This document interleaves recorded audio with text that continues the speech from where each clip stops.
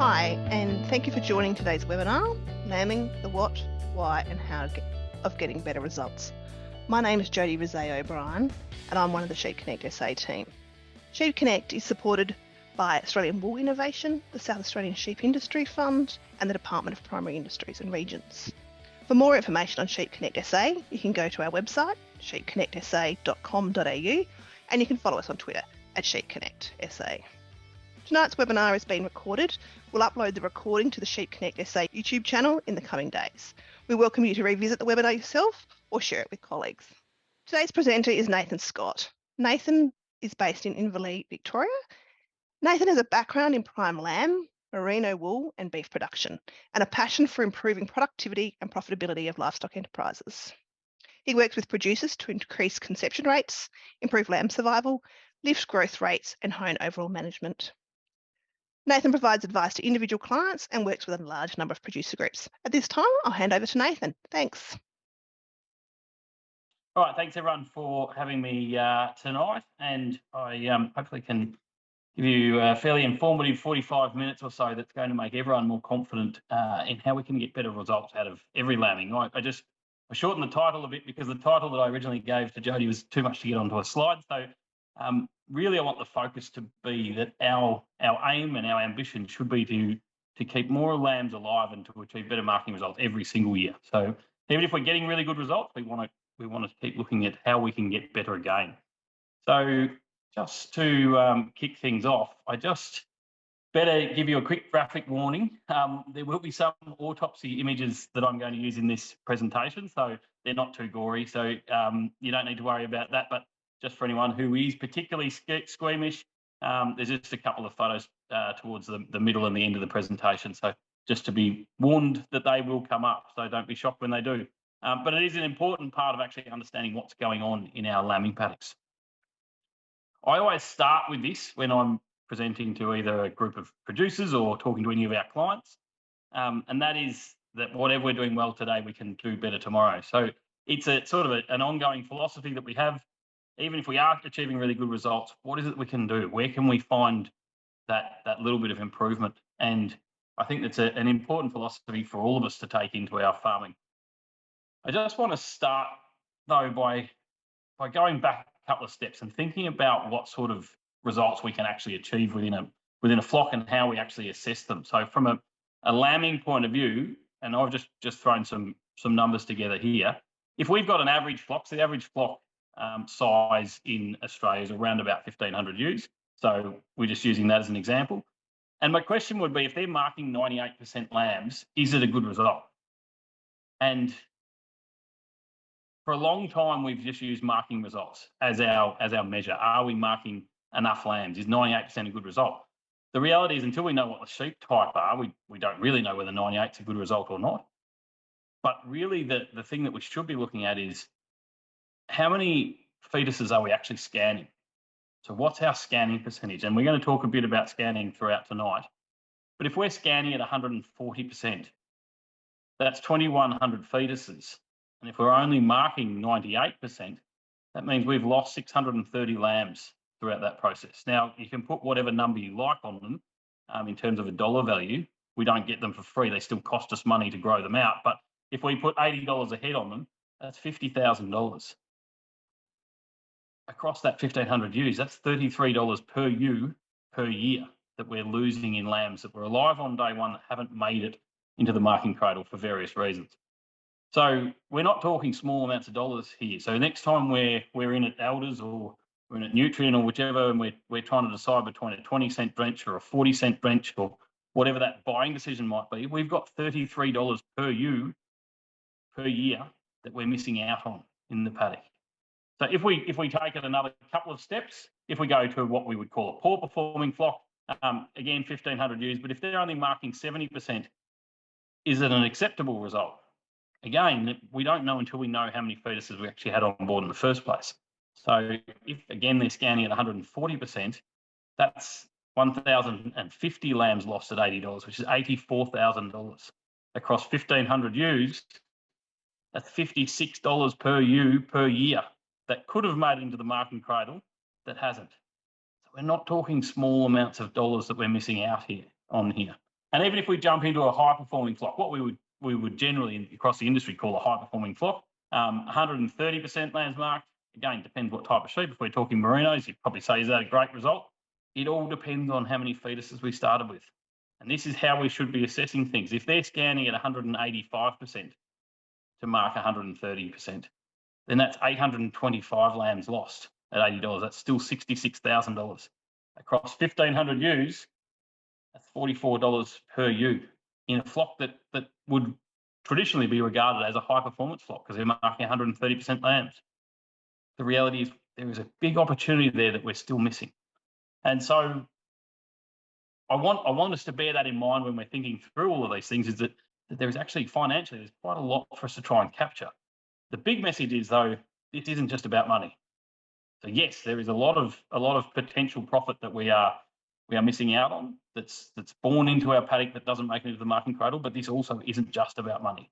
And we do have a moral obligation. If we're going to put fetuses on board with our ewes, then we do have a moral obligation to try and keep as many of those alive as we possibly can. And so it isn't just an equation about money. So the simple answer, though, the simple response from people is to think, why are we losing lambs? Let's blame the ewes. So there's a whole range of reasons that we can come up with. Often the poor old merino cops a bit of a hiding from people saying, oh, they're just terrible mothers, we've got bad bloodlines, or it's the weather. I want us to look deeper than these, and I would call these excuses. So I want us to look and actually understand what's going on in our paddock, because I don't think that these long-held excuses really stack up if we understand what's actually going on in our paddock. And that's why I would like everyone to strive to understand that better. So, do we actually know what's happening in our paddocks? In our lambing paddocks, the first thing I would encourage everyone to do is if you're lambing now, or if you're about to start lambing, one thing we all need to do is slow down and actually pay attention to what's happening in our paddocks. I'd even challenge you to think about how many times recently have you stopped your ute, turned it off, and actually sat there listening, watching, without your phone, without being on your phone, without a phone call, someone sitting next to you talking, any of those things. Just actually pause and watch what's happening in your paddock. Because we're all busy and we're all striving for efficiency, so we rarely do it. But we can actually learn a lot if we just pay attention to what's happening in our paddock. So that's the first challenge I've got for everyone, is to actually do more of that. The other thing is to think about what's actually killing our lambs. So what are the major causes of lamb loss? And this comes out of the Sentinel Flock project that was conducted in Victoria.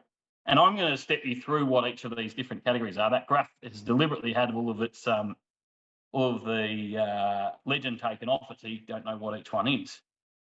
But I want us to understand this well so that we can actually look for within our own property, where is our major losses coming from?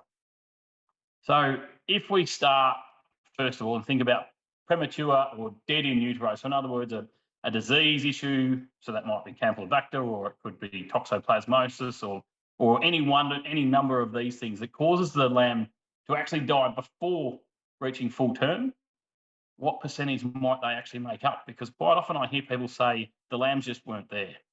The reality is, out of the trial work, that actually only contributed to 4% of the lamb loss.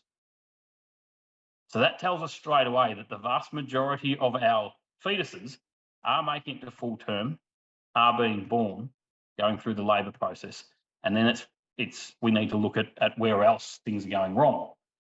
If we have a look at another one, the other one I hear quite a lot of is primary predation. So most typically this is foxes. Clearly, if we're talking a wild dog problem, then we've got a totally different set of circumstances. But under normal circumstances where it's predominantly foxes and things like that, again, we hear a lot of talk about foxes causing huge losses. We will talk about them more as we go, but in terms of the trial work, in this trial, it was only 4% of primary predation.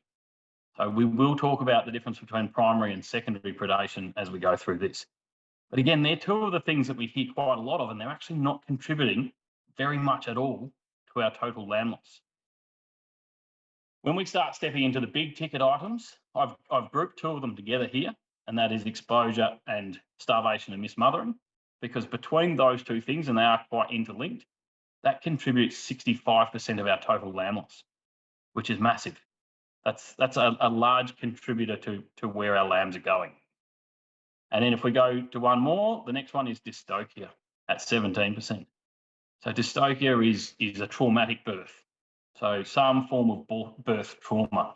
So we'll spend some time looking at what that actually is and what contributes to it. So we put it all together.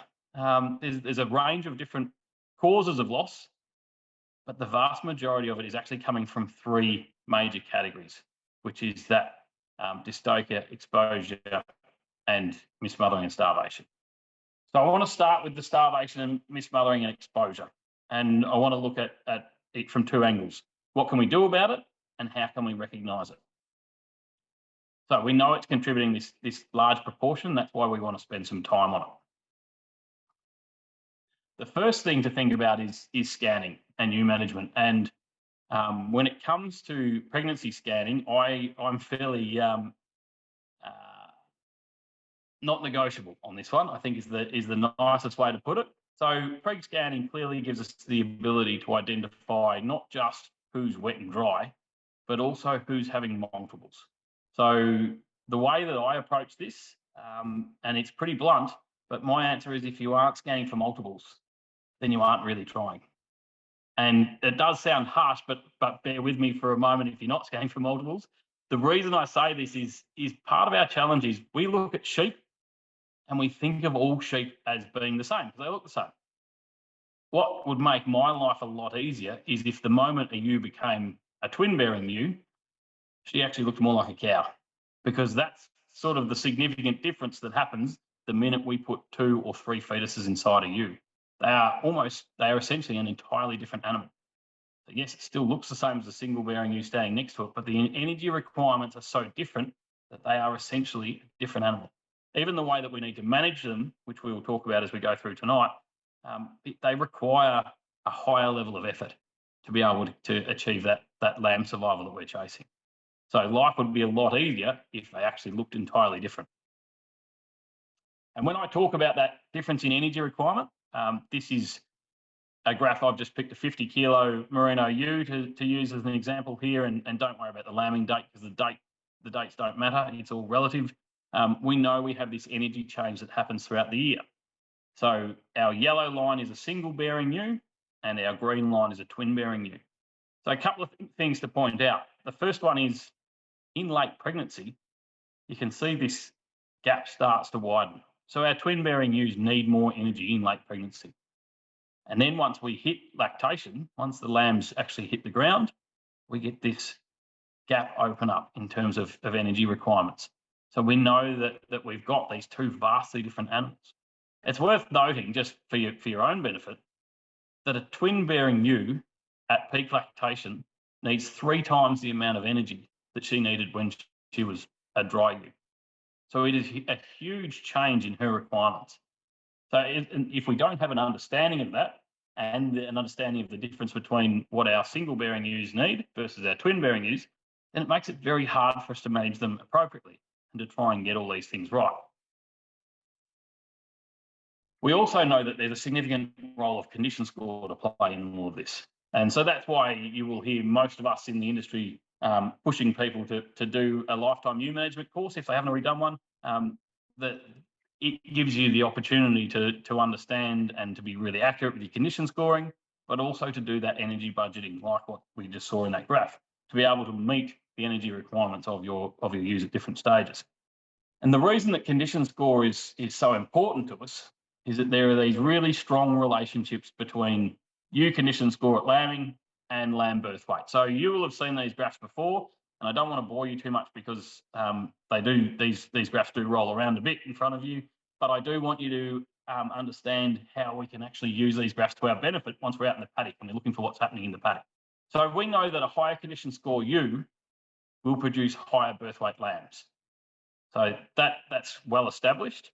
The reason that's of interest to us is that there is a really strong relationship between the birth weight of the lamb and its survival percentage.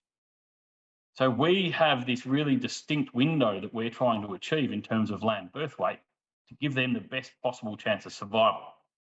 And that's in this 4.5 to 5.5 kilo range. Now, the best analogy I can give you for those lambs that are under 4.5 kilos, if we've got the fire going inside and we take a house brick and a piece of paper in there and we sit them in front of the fire and we warm them both up, and then we take them out into the cold night air, what we will find is that the piece of paper cools down straight away because it's got this really big surface area and not enough volume. And so it can't keep itself warm. Compared to the house brick, which has this big volume, and its volume compared to its surface area, that ratio is different, it has the ability to actually retain its heat for longer. So the piece of paper is these lambs that's under 4.5 kilos. They just can't retain their own body temperature and maintain their own body temperature. And so that puts them at a much higher risk of not making it through a weather event. Out the other side, once we get above 5.5 kilos and particularly above 6 kilos, we start to run into the potential for traumatic births or dystocia.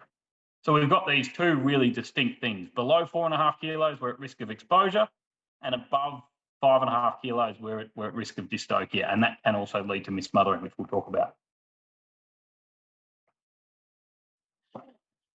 The one thing I would say is when people come to me and they say, I really want help, we need to improve our lamb survival, how can we improve it? My first question is, how many of your dead lambs do you weigh? How many lambs that you've pulled have you weighed?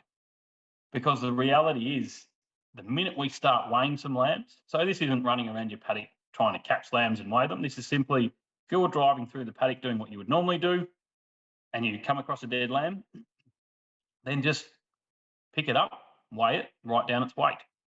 If we have to pull a lamb, pick it up, weigh it, write down its weight.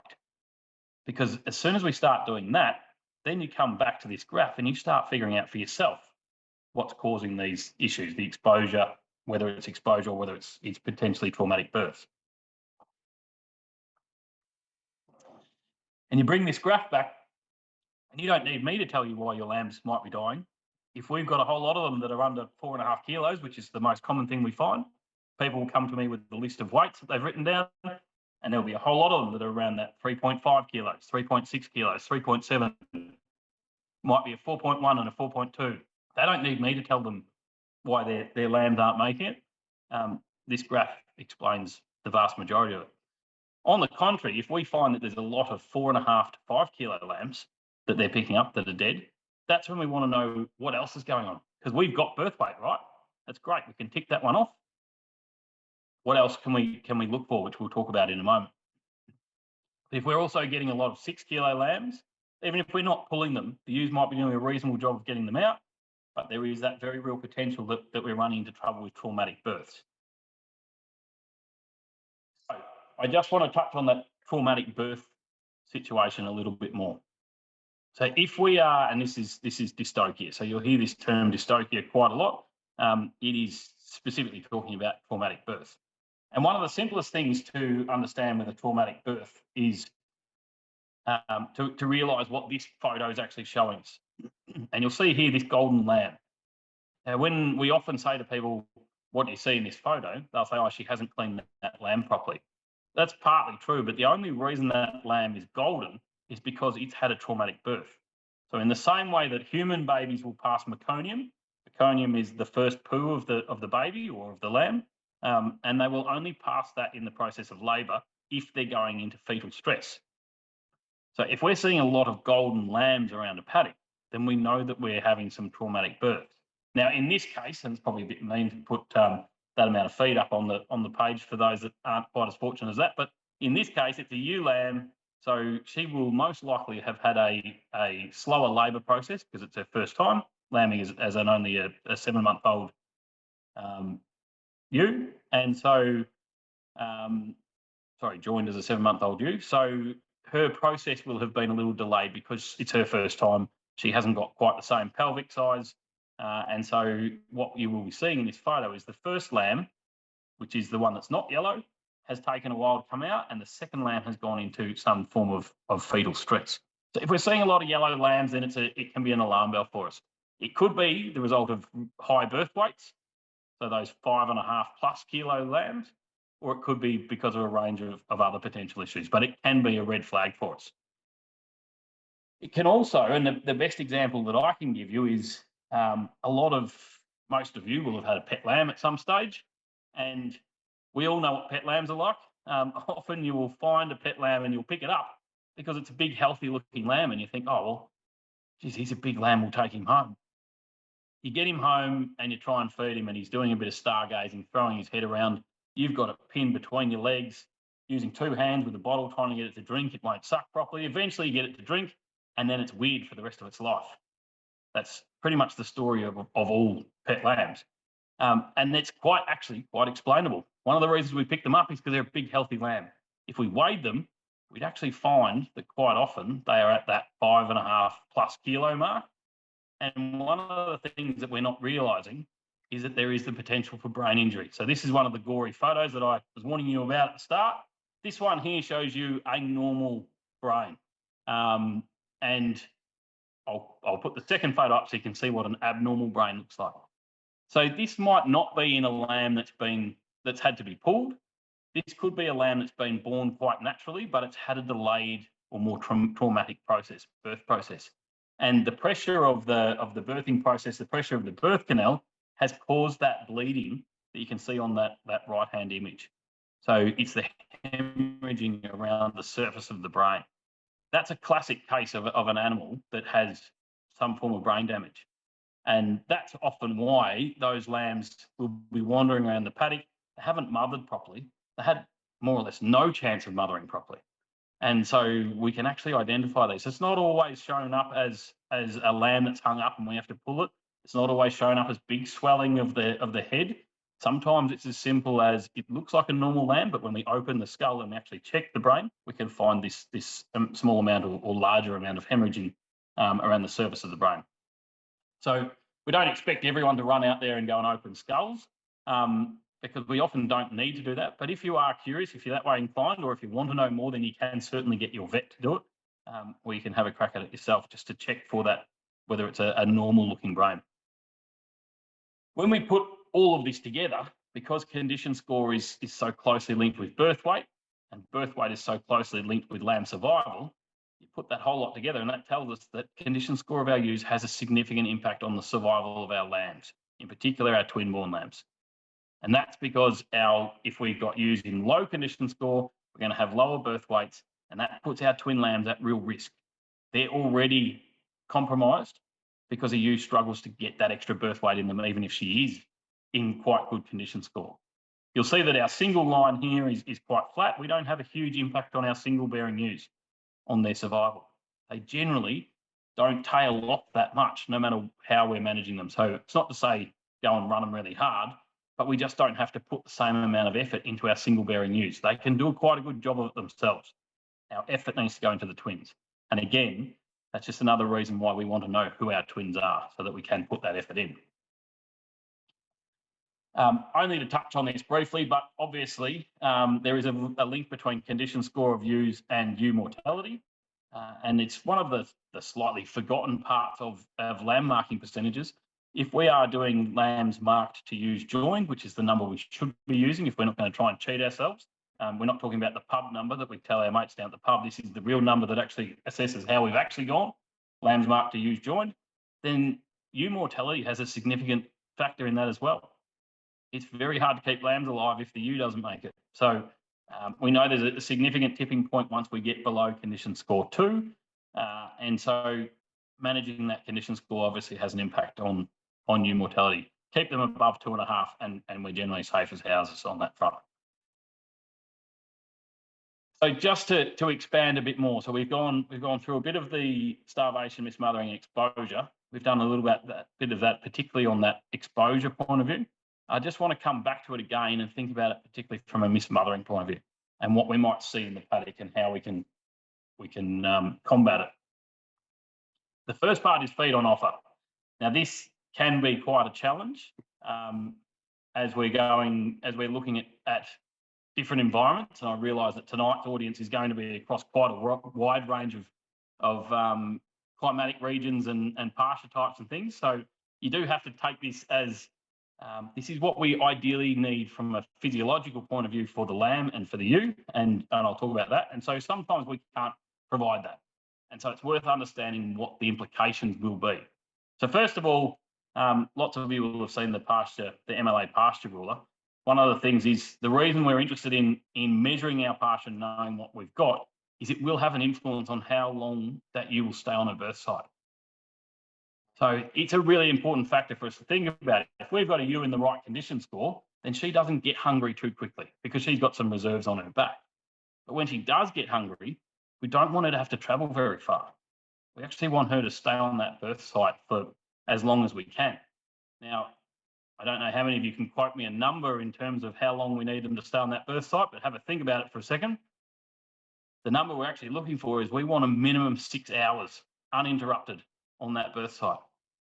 Now, really good conditions and really good maternal ewes will stay on that birth site for up to 72 hours, barely move more than a few metres from where she dropped that lamb. It's our job to try and create a situation where she has the opportunity to stay on that birth site as long as she wants to, rather than having to move off chasing a feed. The other thing is clearly feed on offer is crucial in managing that ewe condition and maximising milk production, because clearly those two are going to, one, we want the ewe in good condition coming out of lambing so that we have a good chance to set her up for next year, but we also want to make sure that she has the opportunity to milk strongly so that we get good lamb growth rates through that early phase. Now, the problem with that pasture ruler, for those of you that are in true pasture-based areas rather than the pastoral zone, is I can never find that pasture ruler when we need it. For those of you that haven't done a lifetime ewe management course, but you would like to get better at measuring your pastures, one of the best things I ever did was just line my pasture ruler up behind my boot and realise that the toe of my boot was about 1,500 kilos. Halfway up the elastic is about 2,000 kilos, and the top of the elastic is 3,000 kilos. Now, it's very crude, and it needs decent density in the pasture for that to actually work, which is the same for the pasture ruler. Often our autumn pastures don't have the density, even though they might have that height, but it still gives you a rough guide. But when you stand in a paddock and you look down at your boots, how much feed have I roughly got here? It gives you an idea. For our twin-bearing ewes, and actually for most of the time in terms of production in lambs and everything, keeping it between that 1,500 kilos and 2,000 kilos will mean that we're maintaining quality. If we've got pasture that's up above 3,000 kilos, up above the top of your elastic, then we're starting to lose quality. So it's just a simple thing to keep in mind. The one thing I would say is, particularly at this time of year, when our autumn pastures don't have a lot of density, nothing beats actually doing a pasture cut and just quickly doing some maths on it. I'm sure for anyone who's never done it before, there's plenty of people around that can talk you through the process of doing those calculations. All that we do is cut a tenth of a square metre and weigh that and then calculate that out to a hectare amount, so that we can actually then get a more accurate figure. Because at this time of year, like a pasture I looked at today, it looks like 1,200 kilos, but when we cut it, it's actually only 700 kilos because there just isn't the density there. So it's a way for us to all keep ourselves calibrated if you're in that pasture-based system. For those that are find themselves grazing cereal crops quite a lot, the Grain and Graze program developed these guidelines or rule of thumb. So if we've got 5 centimetres of cereal crop height, and essentially that turns into about 225 kilos per hectare. So you will see that we need quite a lot of height in a cereal to give the same amount of dry matter per hectare. The one thing about cereals, though, is our winter growth rates, our daily pasture growth rate from a cereal is significantly higher than what most of our other perennials will do. So we actually get our carrying capacity out of daily growth rate rather than out of how many kilos are actually there in the first place. But there is, I just sort of threw this one in to point out that there is the ability to track down that information if you're on a cereal-based system. So what are we actually targeting? For single-bearing ewes, we would ideally want to have them on 1,000 kilos, and ideally that's only ever going to be 1,000 to sort of 1,200 kilos, maybe up to 1,500 kilos, but no more. And our twin-bearing ewes, we would like to be on 1,500 kilos plus. And that's simply just on the basis of we know how much extra energy our twin-bearing ewes require. And it's all about trying to keep them on that birth site and keep them happy and healthy and productive while they're through that lambing and early lactation phase. And this one, it's just a a fairly simple visual, but just from a lambing paddock point of view, we can actually pause and think about which one we'd prefer. A simple thing for you, and just a simple calibration for ourselves, is if we're standing in a paddock and we're expecting a twin-bearing ewe to eat enough, think about taking yourself out there with a plastic bag and filling that plastic bag up with feed, with green feed or with grass, whatever we're expecting them to be actually consuming. Fill your plastic bag up, because that's what she's trying to do. And if our pasture height is so low or so sparse that it takes a long time to do, it's going to take her a long time to do it. If it's really simple for us to get big, full handfuls, it's really simple for her to get big, full mouthfuls. And we don't have to get more complicated than that in terms of our very brief assessment of, geez, which one would I prefer? It's actually what we're looking for. Not to mention in these two photos, the difference in shelter and everything else, which can be difficult for us to provide. What we can do, though, is prioritise those paddocks. So if we know that we've got some low condition score twins and we know who they are, then they get our best pasture and our best shelter. And if we've got single lambing ewes who are in high condition score, then they're going to get our worst pastures and worst shelter. Pretty simple process of actually just putting the time in and prioritising those better areas to our highest risk animals. So if we think about this starvation and mismothering a bit more, it's making up 59% of our total lamb loss. We need to find some answers, and what I want you to go away from tonight with is some of those answers. How can we actually have an impact on this? And the first thing to think about, I mentioned it before, but if we have the right feed on offer, then we can keep her on that birth site. We actually need to think about how we can give these ewes privacy. So what do I mean? How can we give her privacy? What we want to do is leave her alone on that birth site. So I said before, it's a minimum 6 hours uninterrupted on that birth site. That's difficult to do. And there are some challenges. We drive into the paddock to check our ewes. That has the potential to move her off her birth site inside that period of time. If we're an early lammer and our ewes are reliant on us to provide feed, supplementary feed in the paddock, then there's a very real chance of us moving her off her birth site. The minute we drive in with a grain cart, that ewe, particularly if she's lower condition score and she's pretty hungry, she's not staying on that birth site, and we have the chance to cause that interruption. And then mob size is the next one that I just want to touch on, because it's quite a significant factor in this. The other thing, and this came from a question actually sent through before tonight, and it actually related specifically to deer. But when we say we want a ewe uninterrupted on the birth site, there's a whole lot of things that can actually interrupt her on her birth site. So the question was about deer specifically, and that was they've seen deer come through their paddock and that moves the sheep. The sheep run from it. We see the same thing with kangaroos. So kangaroos that are going quietly through a paddock, just front legs, back legs, as they move through, the sheep don't react. But kangaroos coming through at pace because they've been spooked by someone or something will cause the sheep to scatter, because kangaroos moving at pace probably means for the sheep that there's something going on that they need to be worried about.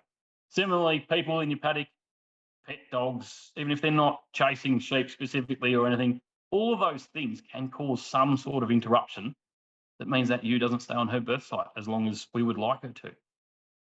But there is one more factor that we need to concentrate on in terms of ourselves, and that is how we actually monitor our ewes. So I've seen this firsthand where we've had a client who goes into each paddock and does a full lap around every single paddock to check the ewes, and then goes into the next paddock, which might be right next door, and does a full lap around that paddock and into the next one, even though they all share boundary fences. And he could have actually just looked to his right instead of looking to his left the whole time. And all he was actually achieving in that process was he was moving every single sheep in every single paddock. And if we're inside that 6 hour period of time, we're not allowing her that chance to build that strong maternal bond. So some of the problem in terms of disturbance is us. One of our biggest recommendations to our clients is buy yourself a really good set of binoculars, understand your paddocks, so which paddocks you actually, where in the paddock you need to go to so that you can actually see as much as you possibly can. And if we can't see any problems, don't go any further. If we can find one spot that shows us multiple parts or gives us a good look across multiple paddocks with our binoculars and we can't see any problems, don't go any further. We're often busting to get in there and solve a problem, and our attempt to solve one problem is potentially creating 5 or 10 other problems for those ewes, particularly right at our peak of lambing. And the last point on this disturbance thing is around mob size. So one of the things that happens for our ewes, and this relates specifically to what happens in our lambing paddocks. So, and this is all about how many ewes we actually have lambing on any given day, how many lambs we get born on any given day. I think it's the most underestimated factor. And because what happens with a ewe is as she goes into her active labour, her hormones kick in and she starts looking for the smell of afterbirth. And so that process is great. That means when she drops her lamb, she turns around and she starts cleaning her lamb straight away. Works really well in singles. But in our twins, the problem is while a ewe is down she's had her first lamb and she's down having her second or her third lamb if we've got triplets, another ewe in the paddock who's looking for the smell of afterbirth comes over and starts trying to clean a lamb that's not hers because that instinct is so strong. And that can drive a lot of confusion on the birth side. And it means that ewe might actually take that lamb away with her and it will clean it until she goes into her true labour. And at that point, she knows that's not her lamb. She butts it away. That could be a perfectly healthy 5 kilo lamb, absolutely nothing wrong with it, except no one's fed it. It's just had 2 different ewes try and clean it. That's all that's happened. And now it's wandering the paddock without anyone to own it. The photo you can see there is actually from when I was managing. That ewe had managed to collect 6 lambs around the paddock. I don't think the majority of them were hers, but she had them all and was creating mayhem across that paddock. So by reducing our mob size, we can reduce the number of lambs being born on any given day. And we've still got to obviously do the feed budgeting to make sure that we've got the right amount of pasture available. So the amount of growth and intake and everything is matched so that we get our stocking rate right. But our aim is to try and keep our stocking rate up, but keep our mob size down, which is difficult to do in a practical sense. What we're aiming for, and people say to me, what's the ideal twin mob size? My answer is 1. And anything bigger than that is a compromise, which is me being a bit of a smart ass, but it is really what we're looking for, is as small as we can possibly get them. So to give you a better guide, it's trying to get them under 100 ewes in a mob. And I'll talk about the practicalities around that. If we're talking singles, I really honestly don't care that much. Our mobs can be big as long as the stocking rate is right. So we're talking ideally under 250 for merinos and under 300 for crossbreds. But the reality is, if we need to have a mob of 700 singles so that we've got extra paddocks for our twins, then that's the way I would go about it. We want to keep our twin mob sizes as small as we possibly can. Now, I know there'll be some of you sitting there saying, well, how the hell can we do that? We haven't got enough paddocks. Sometimes we can, sorry, I've gone one too far. Sometimes we have to work pretty hard to create that situation, and we do that with temporary fencing. One example, and so I talk about a lamb that might have been mismothered, perfectly healthy 5 kilo lamb. How can we tell whether that's just mismothered? In terms of doing an autopsy, one of the things we can actually do is to open up that lamb, locate its stomach, and see whether it's got any stomach contents or not. So if that lamb has suckled, if it's been fed by a ewe, then its stomach's contents will look like cottage cheese. So it'll be like curdled milk. If it hasn't had a feed, then, and you open up the stomach, you'll actually find that all that's in there is this sort of clear and yellow bile-like fluid. And so you can quite easily tell whether or not it's been fed. So often what we'll do when we're assessing a dead lamb, we'll find that it's the right weight, it hasn't got any signs of trauma, anything like that. We open up its stomach and you'll find that it just hasn't been fed. It's just one of those lambs that's been mismothered in the paddock, and actually the only reason that it's died is because no one fed it. So we can identify them relatively easily if you're interested in opening up lambs. How do we go about getting that mob size small enough? And that's the real challenge. Just to give you an example of how we've done it on some serious scale over here in Victoria, one of my clients, Nathan Hahn at Mortlake, this is from last year and the year before. Numbers are pretty similar. 6,500 twin-bearing ewes, average mob size of 70. He had 3,100 ewe lambs, average mob size of 50, and he had a lot of triplets as well in amongst it. This is a composite flock, average mob size of 27. Now, we can't do that with permanent fencing. It's not practical. So it's 2 hot wires, and heavily pregnant ewes actually respect those wires remarkably well. So you need to have a bit of power in them.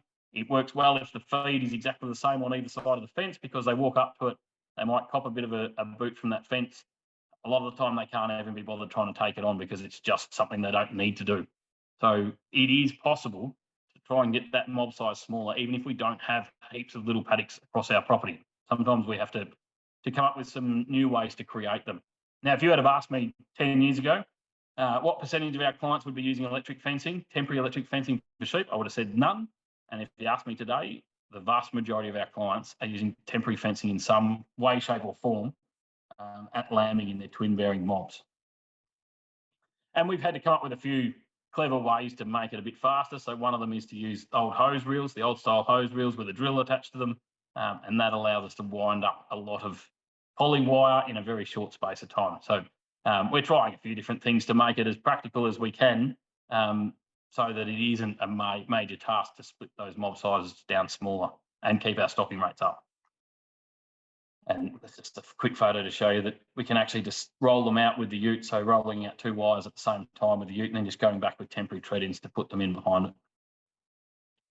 So we talked very briefly at the start about predation and the fact that it actually only makes up a small proportion of our lamb loss. And I just want to touch on that a bit more because it is a bit of a sticking point for people. The key word here is primary predation. So primary predation only makes up 4%. That's not to say that foxes only kill or eat 4%. It means that only 4% of the lambs died only because of a fox or because of a predator. So the majority of lambs that our foxes are killing are lambs that have already got another problem. So they're either mismothered already, or they've got a dystocia, they've had a traumatic birth, or there's some other cause that makes them a relatively simple feed for a fox. Because a fox isn't stupid. A fox wants a hot meal, but they want an easy meal, and they find plenty of them around our paddocks. Now, this again, sorry, this is probably the most graphic of the photos, but one of the things we would look at here is this primary predation? It's clearly been attacked by something. It's had the nose chewed off by a fox. The first thing that I see when I look at that lamb is the meconium staining on it. So without a further autopsy, and sometimes the carcass is too damaged to allow us to do that, but without a further autopsy, we can't say that's primary predation. And my first instinct is it's probably not, because it's got signs of a traumatic birth already. So we can start to piece some of these pieces together. And that's not to say that we don't have foxes that kill lambs, because we do. We do have some foxes, and there are other predators like eagles and crows and things, and certainly wild dogs fit their own category. But if we're talking specifically about foxes, we will occasionally get one of these buggers, and that is one that particularly likes to just kill things. And those sport killers can be a real problem for us. And you'll often be able to identify them because they will usually have only chewed out the tongue, taken off the tail. They won't eat the carcass because they're not in it for that. They're in it for the sport. And if you've got one of those types of foxes, then you really will want to try and kill him because he can do a lot of damage in a short space of time. He's not chasing them for a feed. He's just doing it for fun.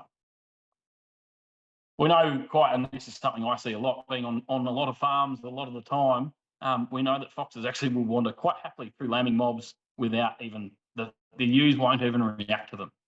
So we know that they're there in amongst them all the time. Our good, healthy lambs, well mothered to our ewes, aren't a much threat from a fox. So just to set some targets, we should be calculating our survival targets based on actual fetal numbers. So for our single bearing ewes, we're trying to get 93% of their total fetuses on board to survive. This is in crossbreds and composites. In mature twin bearing ewes, we should be aiming for 85 to 90% of those fetuses to survive. So that means if you think of it in a landmarking point of view, if it's a twin mob coming in, we would be expecting that to be 170% lambs to use as they come in. So that's the rough numbers on it, rough maths on it. For triplets, we're aiming for 70% of fetuses to survive. Triplets are a real challenge, and we don't have the time tonight to go into it. For the merino producers, 90% fetal survival. We know that that's the sort of number that we should be getting without too much trouble, and then pushing for 75 to 80% fetal survival in our twin bearing ewes. Now, our maidens are a bit more of a challenge, and so we do have some other conflicting conditions there in terms of their ability to mother, but there is still the opportunity for that 85 to 90% single bearing ewe fetal survival and 70% plus for our twin bearing ewes. So what I encourage you to do So actually go back through and look at each of your mobs and work out what your fetal survival has been. And are you getting near these numbers? From a lambing point of view, to put it all together, all those different components that we've talked about, I want you to actually be equipped and comfortable to go and do your own farmer investigation. So if you find a lamb, let's work our way through the process of why has it died. The first step is, has it been actually consumed? Has it been eaten? The first thing you look for is puncture wounds and bleeding. So one thing is, a lamb that was born dead won't bleed because its heart hasn't been pumping. So a simple thing there is to look for, are there other signs of trauma? Was this lamb potentially at risk already? Or do we have a sport killer in our midst that could be a problem for us? The next thing is that really simple thing of, let's just weigh the lambs. If you really want to improve your lamb survival, the first thing is to understand a major cause of our deaths is because of underweight lambs. So let's actually understand what our lamb birth weights are. Any lamb that we find dead, any lamb that we pull, let's actually weigh it and start answering that question for ourselves. If we've got a lamb in front of us, let's have a look at it. See if there's swelling around the head and limbs. Is there fluid stuck under the skin? Is there meconium staining? Are we getting a lot of golden lambs? And if we are, then we start thinking about, why have we got those traumatic births happening? Is it too much birth weight? Are we using a terminal sire that's got too much genetic birth weight and that's causing us a problem? Or is it our nutrition management? Is it the way that we're managing our ewes throughout that late pregnancy period? This last little simple one is, has the lamb actually got up and walked? So you'll look at that photo on the left and you'll see my heading there is jelly slippers. Keep this in mind, is the jelly slippers. So a lamb is born with what we're calling little jelly slippers on the bottom of its feet. And as soon as it walks, they're actually really soft, so they will wear off pretty well straight away. So the photo on the right is where those little pads have worn off. A lamb that hasn't got up and walked will still have its jelly slippers. So if it's born dead or it's born in a traumatic way and it's not viable, it won't get up and it won't walk. So it's a really simple one for you to be able to piece together yourself in the paddock. And then if we want to go to the extra level, and that is to actually look for those brain damage signs, you can either do that yourself, or you can, if you're looking for more answers within your own enterprise, you can get a vet involved to help look for those signs of trauma. From a mismothering point of view, quite simple to locate the stomach. I haven't gone into the gory photos, but there are some guides available online and through Jody or anyone else that can show you how to go through that autopsy process, find the stomach, and actually check whether it's had a drink or not. So we can piece together most of these things to actually tell us what's going on. Why are our lambs dying? It's possible for us to know more about what's happening in that paddock. So we can attack that ourselves. The one thing I would say is, as an industry, we shouldn't be adding more fetuses if we don't want to do the work. And that work is to keep them alive. That's our job. It's our responsibility to drive lamb survival, keep as many of them alive as we can. It just so happens to also have some really good profit implications for us as well. As I said before, I want you to be thinking about, how many lambings have we got left in us? How many opportunities for improvement have we got left? It's a pretty simple concept, but we don't get to do this many times in our lifetime. So let's take every opportunity we can to learn as much as we possibly can. Thanks very much. Thanks, Nathan. We've got several questions that have been submitted by the audience. The first one is, ewe lambs that have been mated, can we expect a difference in the birth weight from those that are, yeah? Yes. So ewe lambs and actually all maidens, but particularly ewe lambs, it is more difficult for us to get birth weight into them. So our expectations in terms of achieving good survival results are no different. We still got to get, so irrespective of breed or age of the ewe, we still got to try and get them to that 4.5 to 5.5 kilos to keep them alive, to give them their best chance of staying alive. But the reality is, in maidens, particularly in ewe lambs, that is more difficult. And similarly, with twins, it's more difficult. With triplets, it's even more difficult. They do make it more challenging. It doesn't change our actual target, though. If we want to keep as many alive as we possibly can, it's still that same target weight. Excellent. Next question is, how do we get a ewe in high condition score without having lambs at a high birth weight? That's a good one for you. Yeah, good question. And it's a complex answer that I'll probably have to give you, but it depends. So high birth weights in our lambs is often driven by a combination of the three things, which are condition score of the ewe at lambing, the nutrition in late pregnancy, and genetic birth weight, which is often coming from the sire that we're using. So if we're using a terminal sire and we're not buying, so that's the most common place where we'll see those really high birth weights, or the high birth weights that have caused us a problem, is when we're using a terminal sire, either over a merino ewe or over a crossbred or composite ewe. We should be trying to buy rams that have ASBVs, so Australian sheep breeding values for birth weight, so that we can actually just keep a cap on that and not be buying rams that have a really high genetic birth weight. Because so we do it quite successfully. We'll use, a lot of our clients will use a terminal sire over merinos. We'll even use a terminal sire over maiden merinos, which historically would have sent shivers up everyone's spines. But we can buy rams that are specifically for that purpose, that are genetically at a lower risk of giving us those high birth weights.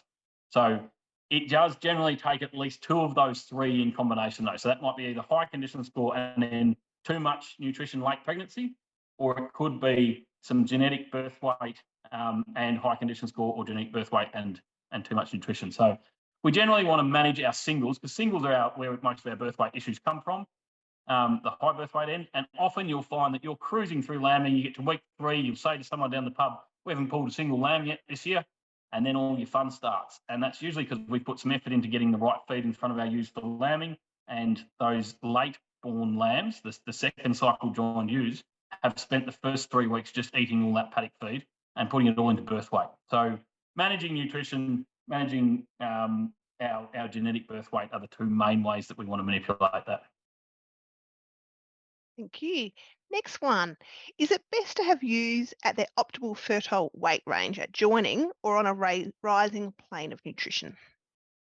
So this one usually brings a few different opinions, but all of the trial work shows that absolute condition score is the highest priority. So that is having them at the right condition score at the point of joining.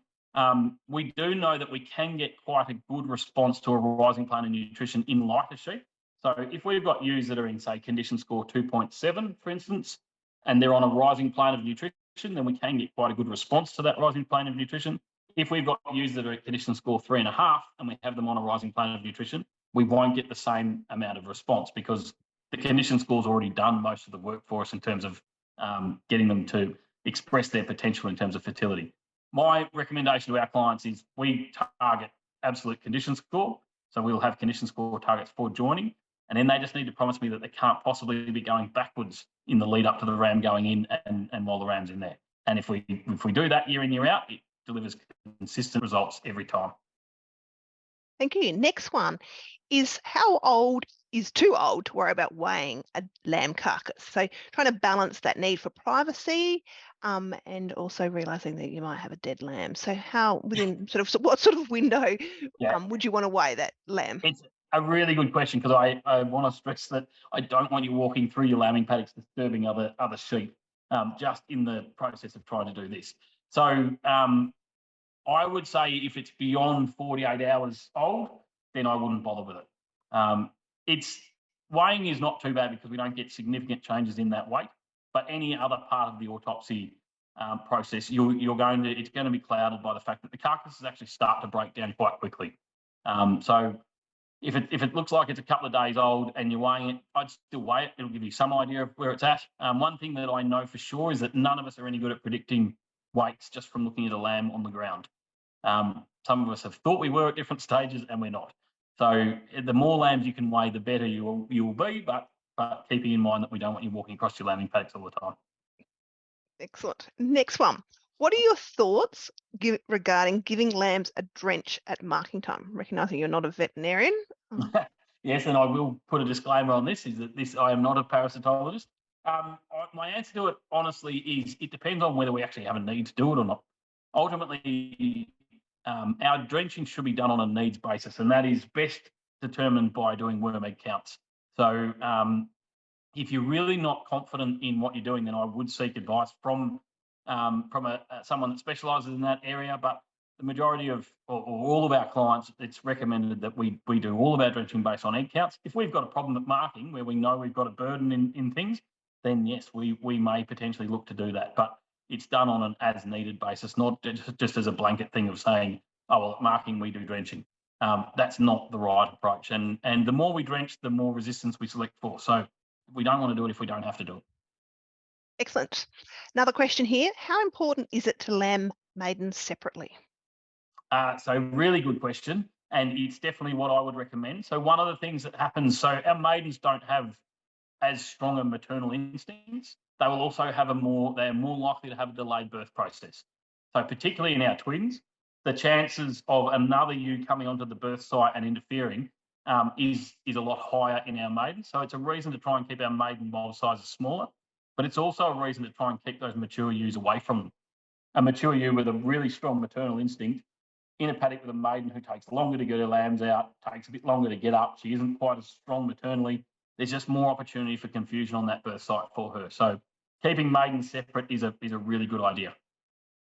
Excellent. Another question here, following on from your answer you gave before about optimum condition score at joining, what's the optimum condition score for merino? Is it for merinos? It's so our standard target is to try and have ewes at 3.3 to 3.5. So if we could do that year in, year out, that would be fantastic. And if we could just dial them all into that specific range, that would be perfect. If we could get every single one of them in there, it'd be great. The reality is that we have, because it's population dynamics, we have a range within our ewes. So sometimes it's useful to draft them into different condition score ranges so that we can feed a bit more to the lighter ewes and a bit less to the overfat ewes if we've got any that are at the very high end. But we're always walking this tightrope of trying to hit what our target is without being wasteful. We don't want to waste money on supplementary feed. And if we're running ewes in too high a condition score all the time, I would say you haven't got enough sheep. So we're constantly walking that tightrope of trying to achieve the optimum. But that's a long answer to what was a pretty simple question, which if you really want it, it's between 3.3 and 3.5. Right. Another question.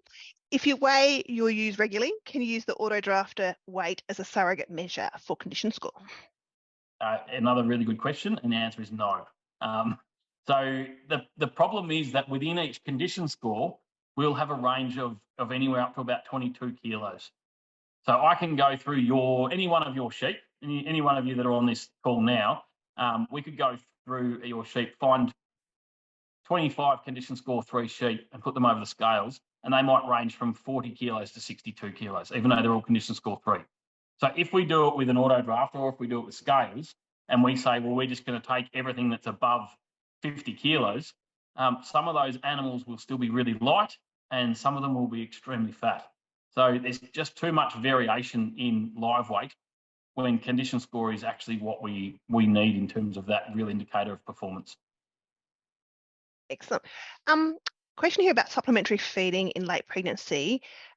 Does higher protein lead to increased birth weight and potentially problems? Yes, it can. So we know that protein is an important factor in that development of the fetus. So we can potentially run into higher birth weight issues. So it can work both ways. In our twins, it can be really useful.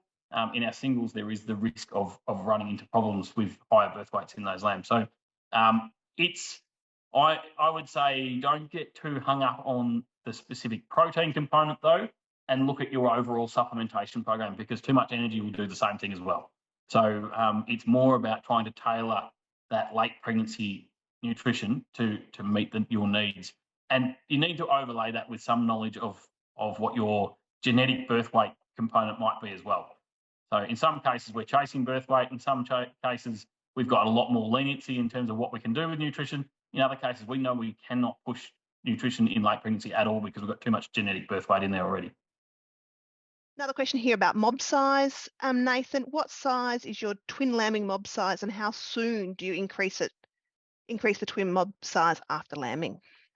Okay, so my ideal is to try and get them to 70. That's what we aim for with our clients, which, as I suggested earlier, is extremely hard to do, but just in terms of if we're trying to use traditional paddocks, our permanently fenced paddocks, but finding ways that we can do that as best as possible. And the real answer is that fence is in there for the least amount of time I can possibly have it in there. So it might actually only be, if our ewes are joined up really well on the first cycle, the majority of our lambs are going to be born in the first 17 days, then that fence might only be up for 3 weeks. By the time we've got the majority of the lambs on the ground, we're in there pulling those hot wires out getting the mob back together, starting to get rotations going, all those sorts of things. So the fence is there for the least amount of time as I can possibly have it. Excellent. What is the optimum time to have pre-lambing ewes settled in their lambing paddocks? And the second part of that question, we might answer that one first. So how long before lambing would you want them settled in their paddocks? So for singles, I'm a lot less worried about this because, again, there's less issues with disturbance and things with those. With our twins, it's as early as we can do it, and that's usually governed by when we're doing our pre-lambing treatments. So recommendation for a pre-lambing vaccine is 4 weeks out. So if the season allows us and things are going really well our way, we'll get twins into their paddocks 4 weeks out, knowing that that's often a luxury we just simply don't have. So quite often it will be into sort of 2 to 3 weeks.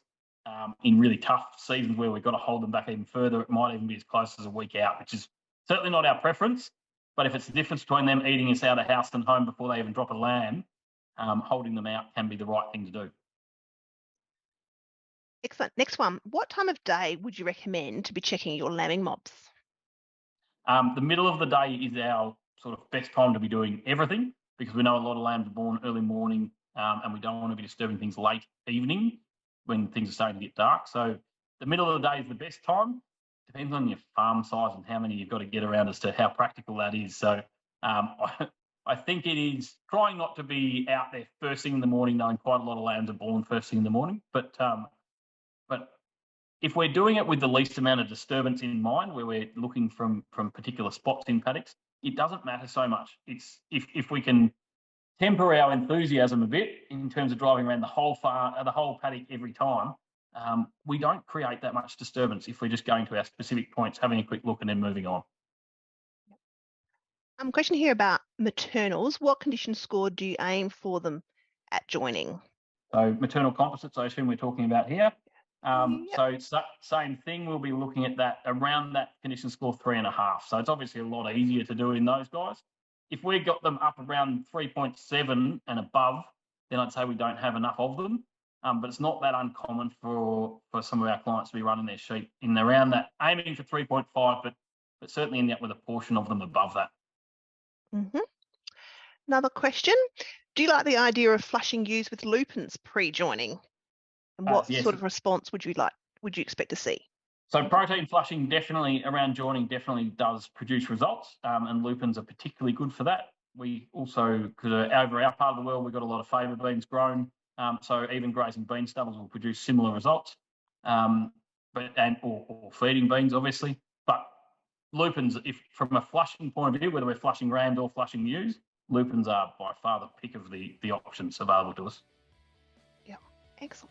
Right, we might draw the questions to a close there. I'd like to thank everyone who joined our webinar today. And Nathan, thank you to you for sharing your insight and expertise and answering our many questions from our attendees.